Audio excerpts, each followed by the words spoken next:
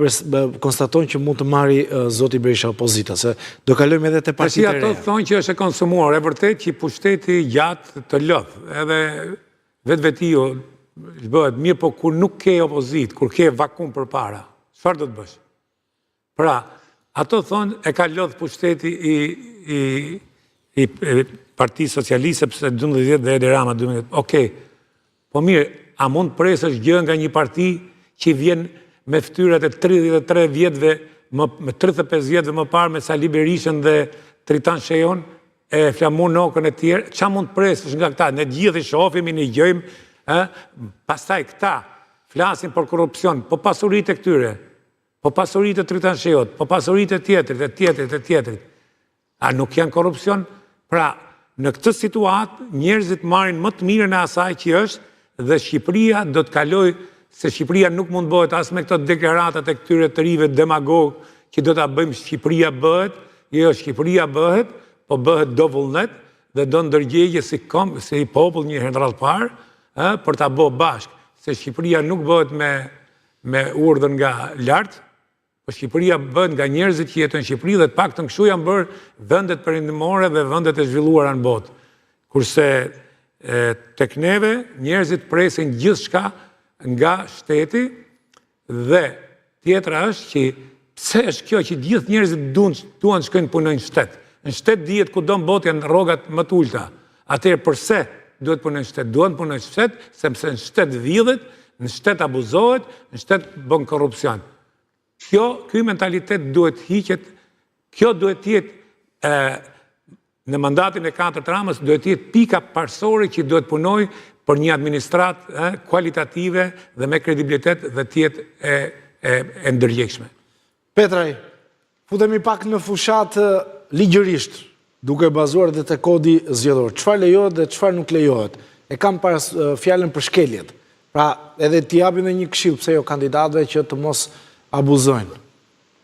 Shiko, e vetme gjë të cilën unë shikoj nga pjesa e problematikës e cilët mund të ketë abuzime, është pjesa e task force-s e cilën ka bërë struktura posaçme gjatë kohës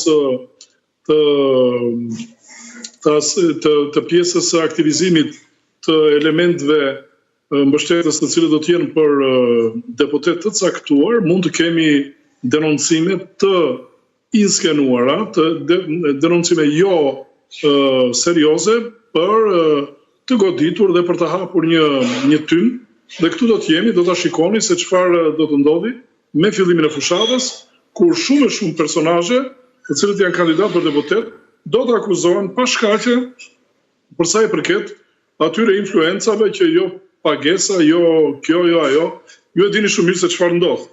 Por që nëse nuk ka flagrancë, nuk ka flagrancë. Atëherë ky quhet krim zgjedhor nëse do të kemi pjesën ashtu siç ishte edhe për zotin Beleri, i cili u kap në kushtet e flagrancës për sa i përket elementit financiar, dhe ashtu siç u gjykua dhe u vërtetua nga organi i akuzës, unë nuk di se çfarë ndodhi, po ai vendim gjykata ashtu e nxori, por që kryesisht të paktën deputetët çfarë duhet të kenë parasysh të respektojnë marrëdhënien për të cilën u jep fuqia e kandidimit dhe mënyra për të cilën se si duhet veprojnë për maksimizimin e atyre votave, të cilët të jenë brenda kushteve dhe rregullave në bazë të kushtetutës dhe atë prioritet që jep kodi zgjedhor. Petra, çfarë lejohet dhe çfarë nuk lejohet te kandidatët dhe te ata që janë kryetarët e bashkive, sepse kanë vënë këto ditë denoncime nga opozita asfalti elektoral. Po nëse është asfalti parashikuar në vitin e kaluar që të bëhet në këtë periudhë. Quhet shkelje, pra duhet të bllokohet komplet puna, apo them në bashki ose në të tjera? Si funksionon? Institucionet e pushtetit lokal do të funksionojnë normalisht. Nëse këto janë të planifikuar në bazë të një programi pune të caktuar, këtu nuk ka pse ndërhyn fare opozita dhe i denoncon. Pushteti lokal është i pavarur, ka një ligj të posaçëm, nga kushtetuta është autonom, është totalisht i pavarur nga marrëdhënia dhe mënyra se si vepron mbi territorin e vet, ajo e ka specifikën të ndaluar për arsye që mos të ndërhyjë për kandidat të caktuar, të cilët t'u japim mbështetje për sa i përket maksimizimit të votës apo tjerë. Me fjalë, kjo është marrëdhënia çfarë thot ligji, por që bashkia që duhet të punojë, do të funksionojë normalisht, se pengon opozita. Opozita do nxjerrë 1001 arsye se nëse do të ishte korrekte këto gjëra, ne kemi parë vetë zotin Berisha kur bëheshin zgjedhje që rinte me gërshër në dorë dhe brite gjithë Shqipërisë Europaqeps. Tani nuk është më ajo situatë, me fjalë, situata në Shqipëri ka ndryshuar, gjërat janë bërë më serioze, flasim atë që është, me fjalë Shqipëria është më europiane. Partia Socialiste dikur që e klasifikonin si një parti komuniste, një vazhduese e Partisë Komuniste, me fjalë, ajo sot është një parti më europiane se partitë e tjera europiane.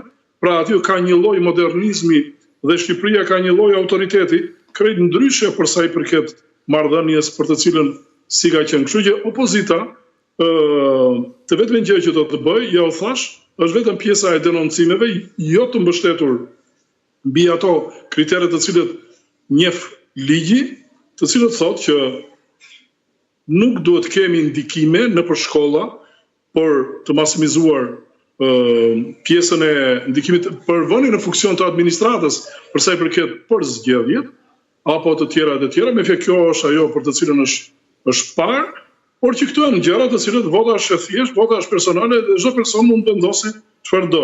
Pastaj asfalti elektoral e tjera, këto për mendimin tim arbër janë më tepër më duken shumë të dobta, jo bindse dhe shumë qesharake. Tani të fillosh të merresh me këtë, me fjalë